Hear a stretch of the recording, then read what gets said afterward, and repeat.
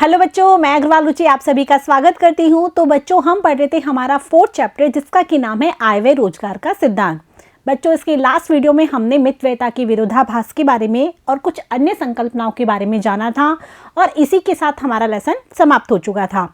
तो हमने पूरे लेसन में आय व रोजगार के सिद्धांत में किस तरीके से आय का और रोजगार का निर्धारण होता है, साथ में हमने समग्र मांग के बारे में, समग्र पूर्ति के बारे में, समग्र मांग में यदि परिवर्तन होता है तो आय पर क्या परिवर्तन होता है इसके बारे में भी जाना था। गुणक की भी हमने वहाँ पर व्याख्या की थी। तो आशा है कि आपको पूरा लेसन अच्छे से समझ में आ गया होगा। यदि आपने पूरे लेसन की वीडियोज़ अच्छे से सुने हैं तो आपको ये लेसन समझ में आ गया होगा। अब हम यहाँ पर इस लेसन के क्वेश्चन आंसर सॉल्व करते हैं। तो पहला प्रश्न देखते हैं क्या है। बच्चों, पहला प्रश्न है कि सीमांत उपभोग प्रवृत्ति किसे कहते हैं, ये किस प्रकार सीमांत बचत प्रवृत्ति से संबंधित है।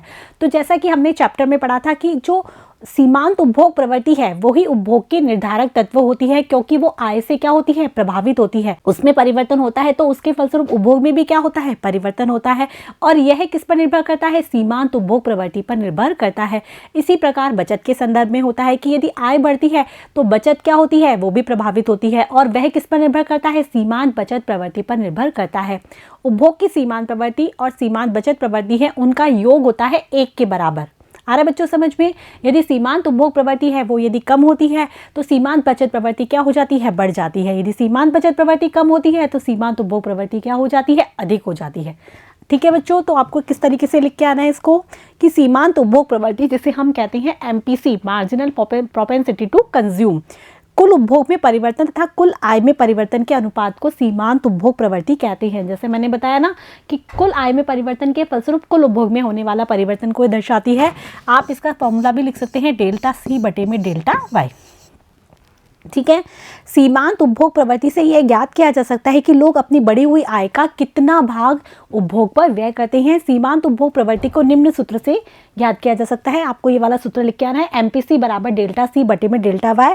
अर्थात आय जो बढ़ी है उसके फलस्वरूप उपभोग में कितना परिवर्तन हुआ है या कितना उपभोग बढ़ा है उसको दर्शाती है सीमांत उपभोग प्रवृत्ति। ठीक है, जैसे सीमांत उपभोग प्रवृत्ति कितनी है, 0.8 है। इसका मतलब आय में 100 रुपए की वृद्धि हुई है तो जो एमपीसी है उसमें कितने की वृद्धि हुई है, 80 की वृद्धि हुई है।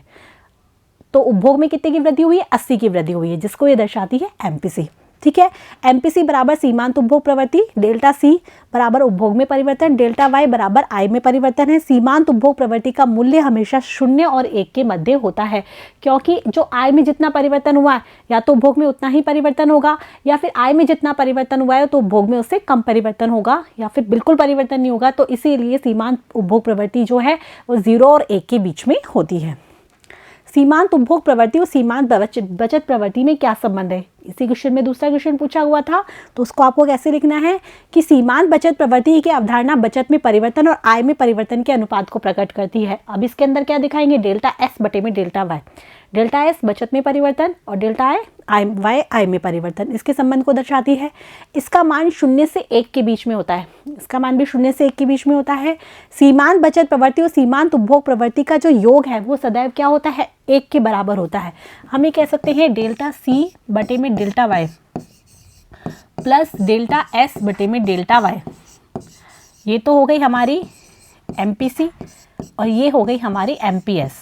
इन दोनों का योग हमेशा क्या होता है, 1 के बराबर होता है। ठीक है, 1 में से सीमांत बचत प्रवृत्ति को घटाया जाता है तो सीमांत उपभोग प्रवृत्ति ज्ञात होती है। अर्थात सीमांत बचत प्रवृत्ति और सीमांत उपभोग प्रवृत्ति दोनों का योग क्या हो गया, 1।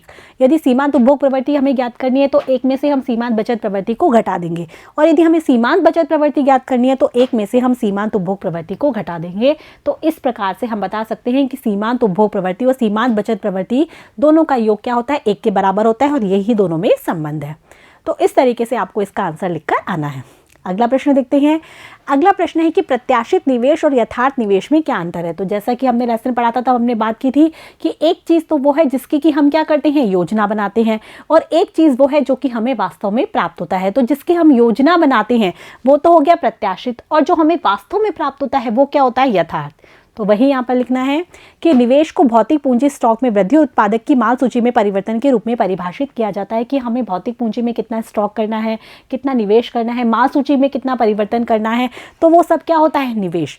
प्रत्याशित निवेश की तरह निवेश की वह मात्रा जिसमें निवेश करने की योजना लोग बनाते हैं, जो योजना बनाई जाती है वो तो क्या हो गया, प्रत्याशित। इसके विपरीत यथार्थ निवेश, निवेश की वह वास्तविक मात्रा है जिनका निवेश लोगों के द्वारा किया जाता है। साल के अंत में जो कितना निवेश होता है अंत में, वो होता है यथार्थ निवेश। आ रहा है बच्चों समझ में? तो प्रत्याशित निवेश और यथार्थ निवेश का आपको इस तरीके से आंसर लिखकर आना है। अगला प्रश्न देखते हैं क्या है। अगला प्रश्न है कि किसी रेखा में पैरामीट्रिक शिफ्ट से आप क्या समझते हैं। जैसा हमने लेसन पढ़ा तो हमने बात की थी कि क्या होता है, समग्र मांग वक्र है, उसमें क्या होता है, परिवर्तन होता है। वो क्या होता है, ऊपर या नीचे खिसकता है।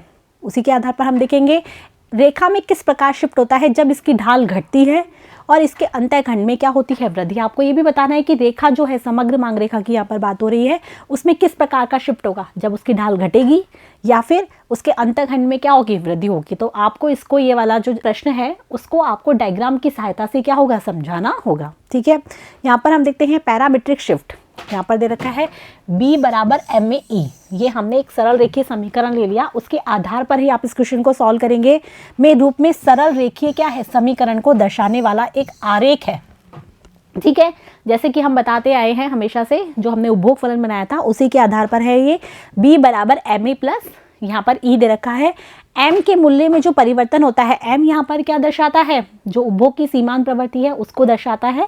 ठीक है, तो आरेख में स्थित जो सरल रेखा है वो ऊपर या नीचे की तरफ क्या हो जाती है, शिफ्ट हो जाती है। हम इसको उपभोग की सीमांत प्रवृत्ति से इसलिए लिंक कर रहे हैं क्योंकि हम यहाँ उपभोग फलन की बात कर रहे हैं।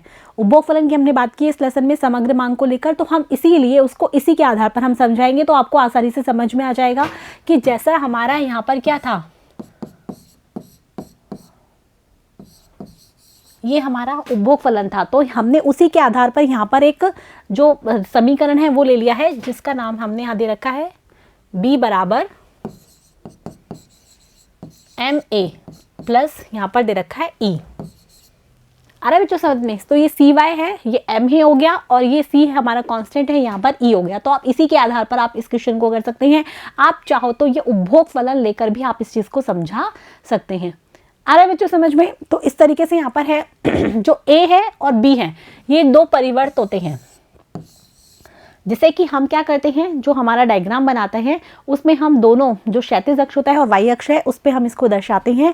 तो आपको यहाँ पर लिखना है इस तरीके से कि यदि M के मूल्य में परिवर्तन होता है, M का मूल्य यदि क्या होता है, परिवर्तित होता है, तो आरेख में स्थित सरल रेखा ऊपर या नीचे की तरफ क्या हो जाती है, शिफ्ट हो जाती है। यदि M में जो परिवर्तन होता है, इस M में यदि परिवर्तित होता है, तो जो आरेख, जो हमारा रेखा बनेगी, हमने मान लिया इस तरीके से आपको बनाना है। इसके अंदर ये हमने दर्शा दिया, ये तो हमारा B है, ये तो हमारा है परतंत्र चर, और ये जो A है वो हमारा है स्वतंत्र चर। तो स्वतंत्र चर को हम कहाँ दिखाते हैं, स्वतंत्र चर के परिवर्तन होने पर ही क्या होता है, परतंत्र चर परिवर्तित होता है। ये हमने बात की कि पहले कौन सा परिवर्तन होता है, स्वतंत्र चर, उसके बाद क्या होता है, परतंत्र चर। तो स्वतंत्र चर को हम यहाँ दिखा देते हैं, A को स्वतंत्र चर है, और उसके बाद ही क्या होता है, हमारा परतंत्र चर परिवर्तित होता है। ठीक है बच्चों, तो इस तरीके से आपको ये दर्शाना है। उसके बाद ये बताते हैं कि जो M में यदि परिवर्तन होता है, तो हमने मान लिया कि ये हमारा M A और ये इस तरीके से हमारा ये समीकरण है लिखा हुआ है। यदि इस M में परिवर्तन होगा तो इसका मतलब क्या होगा, ढाल में परिवर्तन होगा। क्या होगा, ढाल में, ये जो रेखा बनी है हमारा, इस वक्र के क्या होगा, ढाल में परिवर्तन होगा। तो ढाल या तो ऊपर की तरफ बढ़ेगा, या फिर क्या कर सकते हैं, नीचे की तरफ बढ़ेगा, या फिर हम कह सकते हैं ऊपर की तरफ ये ढाल बढ़ेगा। तो ये ढाल ऊपर नीचे हो सकता है, तो ऊपर या नीचे की तरफ शिफ्ट हो जाएगी। इस रेखा में जो शिफ्ट हो रहा है, ये जो रेखा है इसमें जो शिफ्टिंग हो रही है, इसको हम बोलते हैं पैरामीट्रिक शिफ्ट। ये जो शिफ्टिंग होती है इस रेखा में, इसी को हम पैरामीट्रिक शिफ्ट कहते हैं। अब ढाल घटती है, इसका ढाल घटने का मतलब क्या है। यदि किसी समीकरण B बराबर MA प्लस E के आरेख में दर्शाया जाए कि क्षैतिज और ऊर्ध्वाधर अक्षों पर A तथा B दोनों परिवर्तनों को दर्शाया जाए, क्षैतिज पे हमने A ले लिया और B हमने ऊर्ध्वाधर अक्ष पर ले लिया, तो यदि M में परिवर्तन होता है तो सरल रेखा ऊपर या नीचे की तरफ शिफ्ट होती है। जैसे हमने बताया कि जो M है वो क्या होता है, स्वतंत्र राशि के परिवर्तन को दर्शा रहा है कि स्वतंत्र राशि में परिवर्तन हो रहा है, जिसके फलस्वरूप परतंत्र राशि में कितना परिवर्तन हो रहा है उसको ये M दर्शाता है। ठीक है, मतलब ये जो रेखा है उसके इस ढाल को दर्शाता है। तो इसी की वजह से यदि इसमें परिवर्तन होता है तो रेखा, जो रेखा है, या तो ऊपर की ओर शिफ्ट होती है या नीचे की ओर शिफ्ट होती है। तो आपको इस तरह से लिखना है, इसे पैरामीट्रिक शिफ्ट कहेंगे। ये ऊपर की ओर शिफ्ट हो रही है या नीचे की ओर शिफ्ट हो रही है, इसे हम पैरामीट्रिक शिफ्ट कहेंगे। जब सरल रेखा नीचे की तरफ शिफ्ट होती है, जब ये सरल रेखा कहाँ शिफ्ट हो रही है, नीचे की ओर। पहले ये वाली रेखा थी, अब ये कहाँ शिफ्ट हो गई है, नीचे की ओर। तो इसे इसका मतलब क्या हो गया, इसका ढाल घट गया, नीचे की ओर शिफ्ट हो गई ना।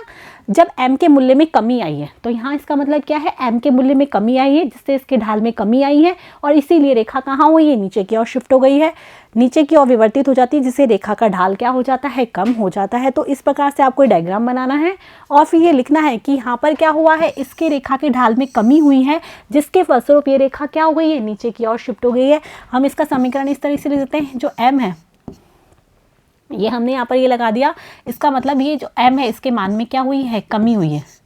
ठीक है, m के मान में कमी हुई है जिसके फलस्वरूप क्या हुआ है, ये रेखा का ढाल कम हुआ है और ये नीचे की ओर शिफ्ट हो गई है, जिसे हम पैरामीट्रिक शिफ्ट भी कहते हैं। यदि m के मूल्य में बढ़ोतरी होती तो ढाल क्या होता, ऊपर की ओर हो जाता, लेकिन हमसे यहाँ पूछा है ढाल घटे तब। ठीक है, इसके बाद जो अगला है वो रेखा के अंतः खंड में वृद्धि होती है। तो चूंकि हमने इसका फॉर्मूला क्या लिखा है, b बराबर ma प्लस ई, तो जो e है वो दर्शाता है स्वायत्त को, स्वतंत्र को, जो कि क्या होता है, किसी से भी प्रभावित नहीं होता, ए से प्रभावित नहीं होता।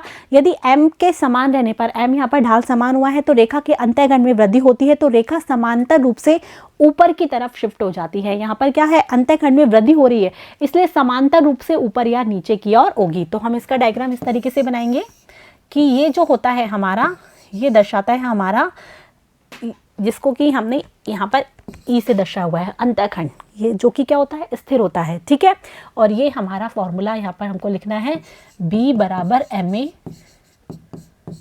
अब हम ये कह रहे हैं ई में परिवर्तन हो रहा है, अंतःखंड में क्या हो रही है, वृद्धि, तो इससे जो ये जो रेखा है वो समांतर रूप से ऊपर की ओर खिसकेगी, क्योंकि ये जो चीज़ है इसमें क्या हो रही है, वृद्धि हो रही है। मान लिया ई से क्या हो गया, बढ़कर ई डैश हो गया, तो हम इसको लिख सकते हैं b बराबर ma प्लस ई डैश। ई डैश यहाँ पर परिवर्तन हुआ है इसीलिए रेखा समानांतर रूप से ऊपर की तरफ खिसक गई है। तो यहाँ पर लिखा भी है कि अंतःखंड में वृद्धि होती है तो रेखा समानांतर रूप से ऊपर की तरफ क्या हो जाती है, शिफ्ट हो जाती है। यहाँ पर वही आप लिखेंगे।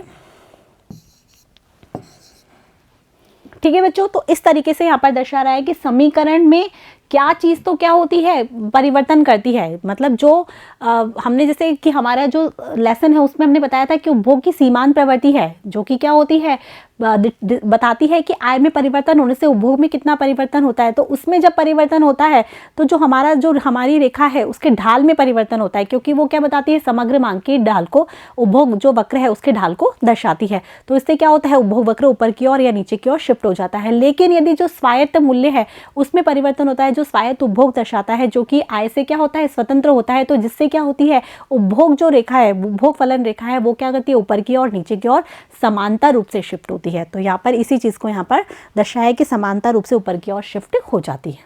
ठीक है बच्चों, इसके बाद है यदि समीकरण b बराबर 0.5 a प्लस ई में ई के मान को 2 से बढ़ाकर क्या कर दिया है, 3 कर दिया गया है।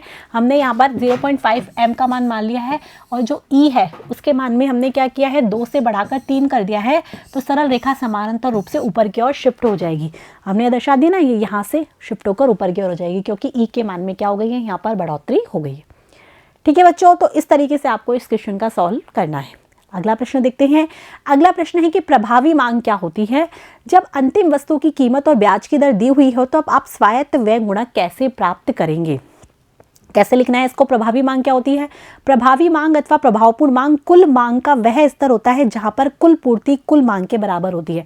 हमने समग्र मांग की बात की, समग्र पूर्ति की बात की, तो जहां समग्र मांग और समग्र पूर्ति वक्र एक दूसरे को काटते हैं वहां जो मांग होती है वो मांग कहलाती है प्रभावी मांग। तो इस तरह से आपको प्रभावी मांग की परिभाषा लिखनी है। इसके बाद जो अगला प्रश्न है, जब अंतिम वस्तुओं की कीमत और ब्याज की दर क्या है, दी हुई है, तो आपको बताना है कि स्वायत्त व्यय गुणक को हम कैसे प्राप्त करेंगे। हम यहाँ गुणक को बताएंगे। स्वायत्त व्यय गुणक क्या बताता है कि स्थिर कीमत और ब्याज की दर की स्थिति में अंतिम वस्तु की प्रत्याशित जो समस्त मांग है वो प्रत्याशित उपभोग व्यय और प्रत्याशित निवेश व्यय के कुल योग के बराबर होती है। जैसा कि हमने लेसन में देखा कि जो मांग है वो किसके बराबर होती है, उपभोग मांग और निवेश मांग के बराबर होती है, एडी सी प्लस आई के बराबर होती है। प्रभावी मांग सिद्धांत के अंतर्गत अंतिम वस्तुओं का संतुलन निर्गत प्रत्याशित समस्त मांग के बराबर होता है। यदि हम क्या करेंगे, प्रभावी मांग सिद्धांत को देखेंगे, जहां पर मांग क्या होती है, पूर्ति के बराबर होती है, तो अंतिम वस्तुओं का संतुलन निर्गत प्रत्याशित समस्त मांग के क्या होगा, बराबर होता है, जिसे हम निम्न समीकरण के द्वारा भी लिख सकते हैं। हमने इसे क्या किया, y के बराबर कर लिया, क्योंकि यह संतुलित आय होती है, तो a प्लस सी वाई यहाँ पर कर दिया, ये हमारी उपभोग मांग हो गई। ठीक है। ए मत में स्वायत्त व्यय आ गया जिसमें उपभोग मांग भी हो गई और निवेश मांग भी हो गई, ठीक है। तो इसको दोनों को जोड़ के ए कर दिया जो कि स्वायत्त व्यय हो गया, और सी डॉट वाई, सी हमारी उपभोग की सीमांत प्रवृत्ति और वाई क्या हो गई, आय हो गई। ए अर्थव्यवस्था में स्वायत्त व्यय का कुल मूल्य है जिसको कि हमने दो स्वायत्त पद सी और आई का योग होता है, जैसा कि हम ये लिख सकते हैं एडी बराबर सी प्लस आई, यही होता है हमारा सी प्लस आई। तो हमने सी को तो दर्शाया था सी कांस्टेंट प्लस सी वाई प्लस आई, यही हमने दर्शाया। तो ये सी और आई दोनों को हमने दर्शा दिया ए के द्वारा, ठीक है, और ये हो गया हमारा सी डॉट वाई, ठीक है। तो यहाँ सी उपभोग की सीमांत प्रवृत्ति है। स्वायत्त व्यय गुणक प्रभाव के फलस्वरूप स्वायत्त व्यय में प्रारंभिक वृद्धि से, यदि हम स्वायत्त व्यय में वृद्धि करते हैं तो उससे निर्गत के कुल मूल्य में अधिक वृद्धि होती है। जैसा कि आपने लेसन यदि अच्छे से पढ़ा हो तो आपने देखा कि स्वायत्त व्यय में 10 में परिवर्तन करने से निर्गत में 50 की वृद्धि होती है। तो जितना हम निर्गत में परिवर्तन करते हैं उससे जो उत्पादन है, जो हमारा आय है, उसमें और अधिक परिवर्तन होता है स्वायत्त व्यय में परिवर्तन के फलस्वरूप। अगला प्रश्न देखते हैं। स्वायत्त निवेश और उपभोग व्यय 50 करोड़ रुपए है। यहाँ पर आपको न्यूमेरिकल क्वेश्चन दे रखा है, इसको सॉल्व करना है। निवेश और उपभोग व्यय ए जो दे रखा है 50 करोड़ रुपए, जैसा कि हमने पिछले जो क्वेश्चन है उसके अंदर फॉर्मूला देखा था उसी के आधार पर है। और सीमांत बचत प्रवृत्ति हमारी 0.2 दे रखी है। आय का स्तर दे रखा है 4000 करोड़ रुपए, जो संतुलित आय है वो 4000 करोड़ रुपए। तो प्रत्याशित समस्त मांग ज्ञात करनी है, पहले हमें समग्र मांग ज्ञात करनी है, फॉर्मूला लगाना है, समग्र मांग ज्ञात करनी है, और यह भी बताना है कि अर्थव्यवस्था संतुलन में है या नहीं है, कारण भी हमें बताना है, ठीक है। अब हम पहले देखेंगे सीमांत उपभोग प्रवृत्ति, क्योंकि हमें यहाँ पर सीमांत बचत प्रवृत्ति दे रखी है 0.2। तो यदि हम उपभोग फलन ज्ञात करेंगे तो उसके लिए हमें सीमांत उपभोग प्रवृत्ति का ज्ञात करना अति आवश्यक है। तो हम 1 में से 0.2 को माइनस कर देंगे, 1 में से एमपीएस माइनस कर देते हैं, तो 0.8 हमारी क्या आ गई, सीमांत उपभोग प्रवृत्ति, ठीक है बच्चों। इसके बाद हमें प्रत्याशित समस्त मांग ज्ञात करनी है, एडी ज्ञात करनी है। तो उसके लिए हमने ए प्लस ए कर रखा है, जिसके अंदर क्या आ गया, स्वायत्त व्यय आ गया, स्वायत्त व्यय में उपभोग व्यय भी आ गया और साथ में निवेश व्यय भी आ गया, ठीक है, प्लस सी डॉट वाई। हम इसको सॉल्व करते हैं। 50 दे रखा है हमें यहाँ पर स्वायत्त व्यय, जिसमें उपभोग व्यय भी होता है और निवेश व्यय भी होता है, कितना है 50 करोड़ रुपए। इसके बाद हम 0.8 जो कि हमारी सीमांत उपभोग प्रवृत्ति आई है, और वाई हमारी संतुलित आय का स्तर दे रखा है, कितना आया 4000। तो हम इसको सॉल्व करते हैं तो 3250 करोड़ रुपए हमारी क्या आ गई है, समग्र मांग। अब चूंकि समग्र मांग तो हमारी 3250 करोड़ रुपए ही है, और जो हमारी जो आय का स्तर है संतुलित वो कितना दे रखा है, 4000। तो कहने का तात्पर्य पूर्ति तो अधिक है और जो मांग है वो कितनी है, कम है। तो हमें क्या लिखना है कि अर्थव्यवस्था में आय का स्तर अर्थात निर्गत अर्थात कुल पूर्ति कितनी है, 4000 करोड़ रुपए, और अर्थव्यवस्था संतुलन की स्थिति में नहीं होगी क्योंकि यहाँ मांग क्या है, कम है, क्योंकि समस्त पूर्ति समस्त मांग से क्या है, अधिक है। अतः अर्थव्यवस्था में अधिपूर्ति की स्थिति है, 4000 करोड़ रुपए पूर्ति है जबकि 3250 क्या है, मांग है। तो यहाँ पर पूर्ति क्या है, अधिक है, इसीलिए यहाँ पर संतुलित आय नहीं है, अर्थात अर्थव्यवस्था संतुलन में नहीं है। आ रहा है बच्चों समझ में? तो इस तरीके से आपको इसका आंसर लिखकर आना है। अगला प्रश्न देखते हैं। अगला प्रश्न है कि मित व्ययिता के विरोधाभास को आपको समझाना है। जैसा कि हमने लेसन में पढ़ा था कि यदि एक व्यक्ति बचत करता है तब तो अर्थव्यवस्था के लिए सही होता है, लेकिन सभी व्यक्ति यदि बचत करते हैं तो इससे कुल बचत में वृद्धि नहीं होती, बल्कि कुल बचत या तो कमी होती है या कुल बचत पे कोई परिवर्तन नहीं होता।